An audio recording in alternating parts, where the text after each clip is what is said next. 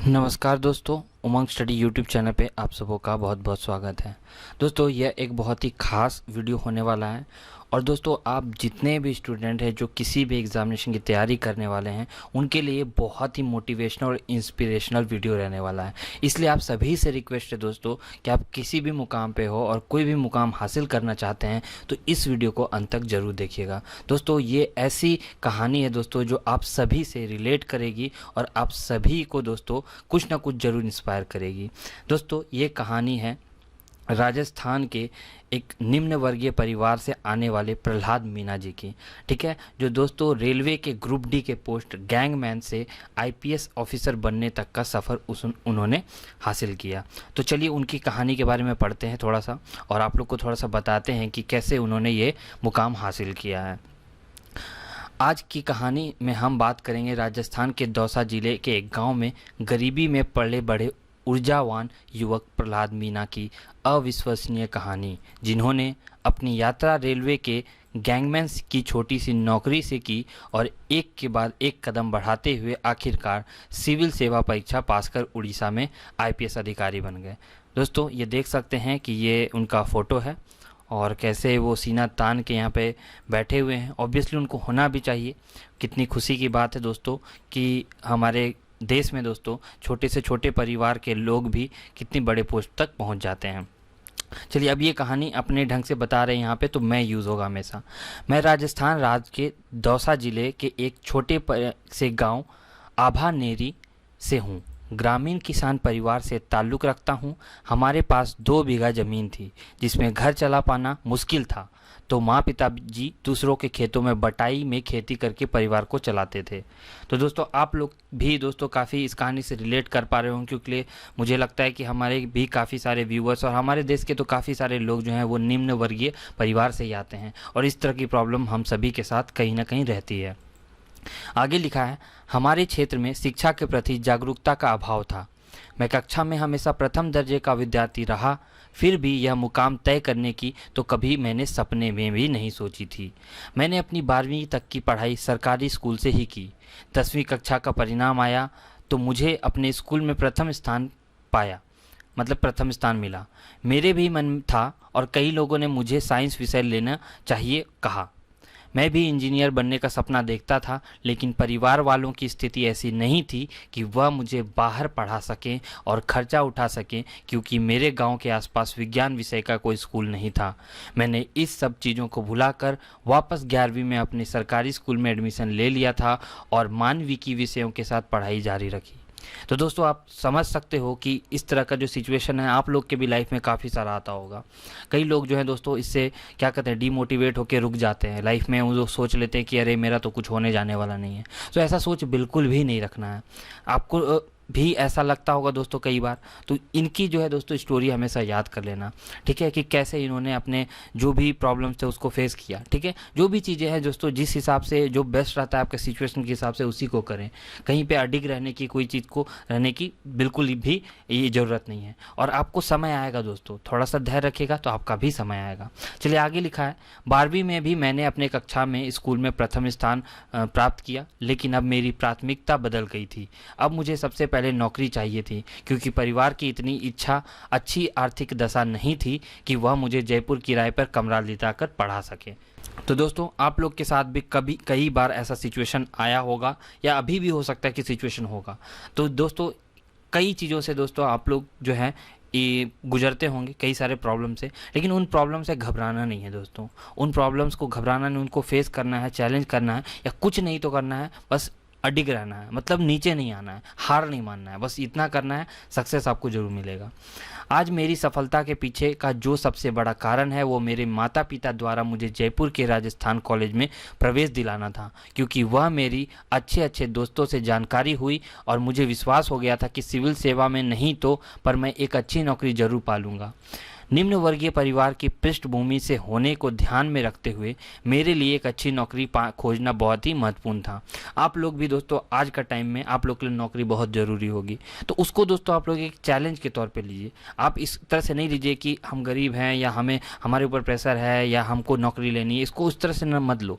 इस तरह से लो कि आपको एक मौका मिला है कुछ अलग करने को, कुछ ऐसा करने को जिससे कि आपको गर्व हो, आपके परिवार वालों को गर्व हो और आपका जो सिचुएशन है वो चेंज हो। तो इसको एकदम चैलेंज की तरह लो, फिर देखो इसको करने में भी मजा आएगा और सफलता जरूर मिलेगी। आगे लिखा है 12वीं कक्षा में था तब हमारे गांव से एक लड़का का चयन भारतीय रेलवे के ग्रुप डी गैंगमैन में हुआ था। तो उस समय मैंने भी अपना लक्ष्य गैंगमैन बनने का बना लिया और तैयारी करने लग गया। बीए द्वितीय वर्ष 2008 में मेरा भारतीय रेलवे में भुवनेश्वर बोर्ड से गैंगमैन के पद पर चयन हो गया। मैंने पढ़ाई जारी रखी और उसी साल मेरा चयन भारतीय स्टेट बैंक में सहायक यानी कि एलडीसी के पद पर हो गया। तो दोस्तों आपने देखा कि इनके सपने बड़े बड़े थे, पढ़ने में भी काफ़ी अच्छे थे, लेकिन सिचुएशन के हिसाब से जो रिक्वायर्ड था, इनको रिक्वायर्ड था कि मुझे नौकरी चाहिए, चाहे वो ग्रुप डी की हो, ग्रुप सी की हो या कोई भी पोस्ट हो, तो इन्होंने ग्रहण किया क्योंकि यहाँ पे उनको यही बेस्ट लगा। जो सिचुएशन के हिसाब से बेस्ट होता है आपको भी वही करना चाहिए।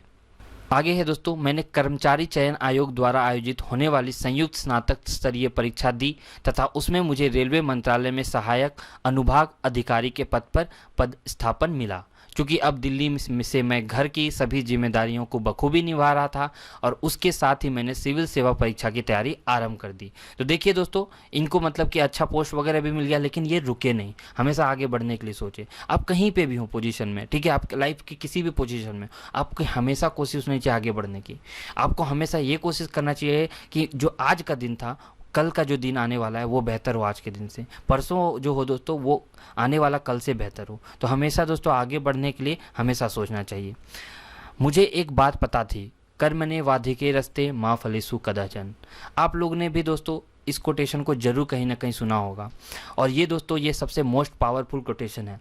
इसका मतलब क्या होता है कि कर्म करते चलो, फल की चिंता मत करो। बस यही चीज़ों को याद रखना है और अपना मेहनत जारी रखना है, लेकिन मेहनत से काम चोरी नहीं करना है, बिल्कुल भी नहीं करना है। आगे है, मेरी इच्छा थी कि बस एक बार सिविल सेवा परीक्षा पास ही करनी है और दुनिया को दिखाना है कि मैं भी यह कर सकता हूं, जिससे कि कई छात्र हैं मेरे जैसे जो ग्रामीण क्षेत्र से आते हैं, उन्हें प्रतिभा है लेकिन एक जो आत्मविश्वास होता है वह नहीं आ पाता है।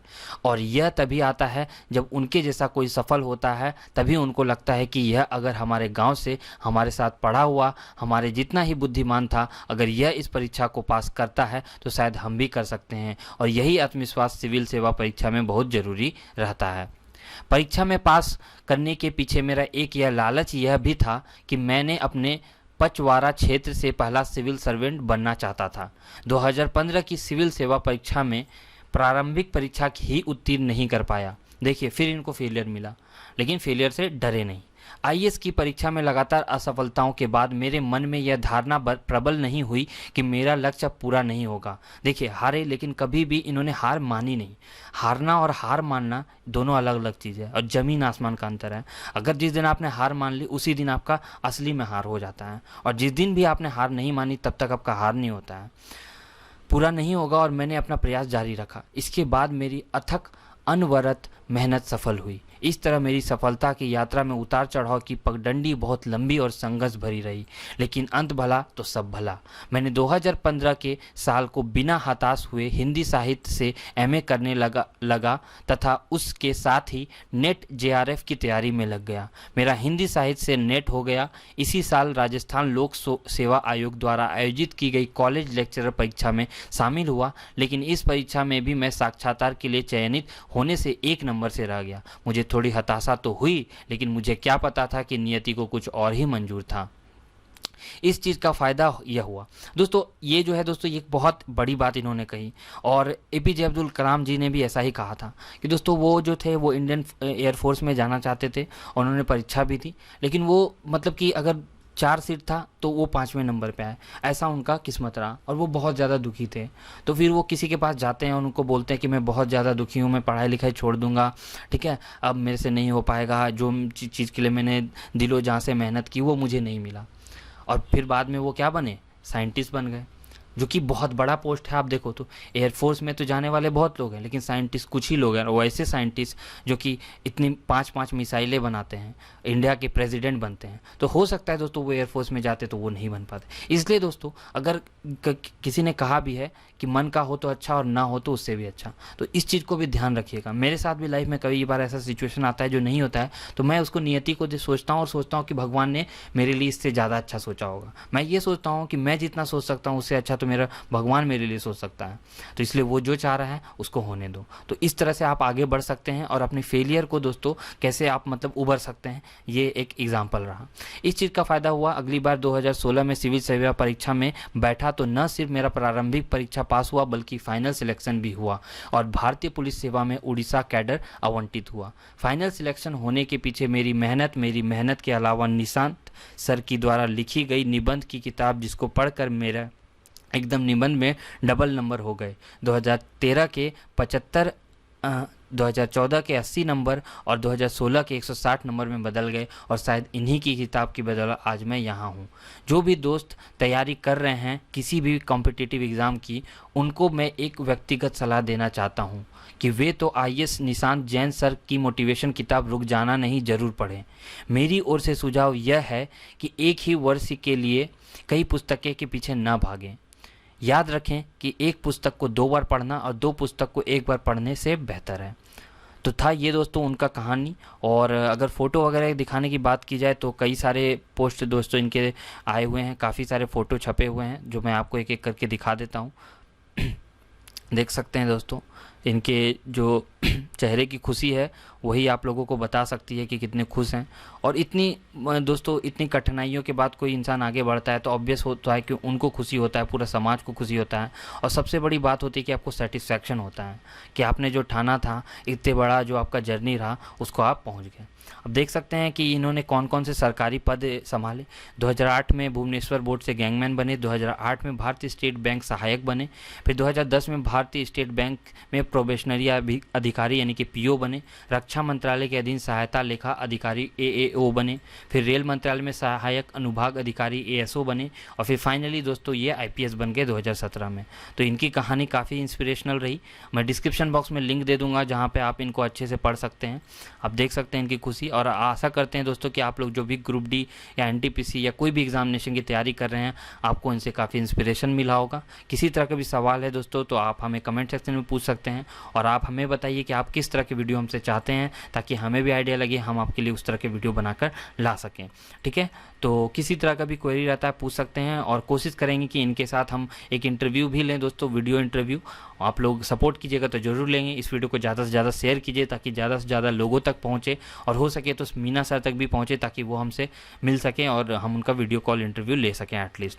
और दोस्तों इंस्टाग्राम और फेसबुक पे भी हमें फॉलो कर सकते हैं, डिस्क्रिप्शन बॉक्स में लिंक रहेगा। उमंग स्टडी का ग्रुप भी है, वो भी आप ले सकते हैं। और किसी भी एग्जामिनेशन की परीक्षा की तैयारी करनी है तो उसके लिए टेस्ट सीरीज, मॉक टेस्ट वगैरह अवेलेबल है, वो भी आप जाकर ले सकते हैं। मेरा नाम है शुभम, मैं आपसे अलविदा लेता हूँ। मिलूंगा नेक्स्ट वीडियो के लिए। बहुत बहुत धन्यवाद।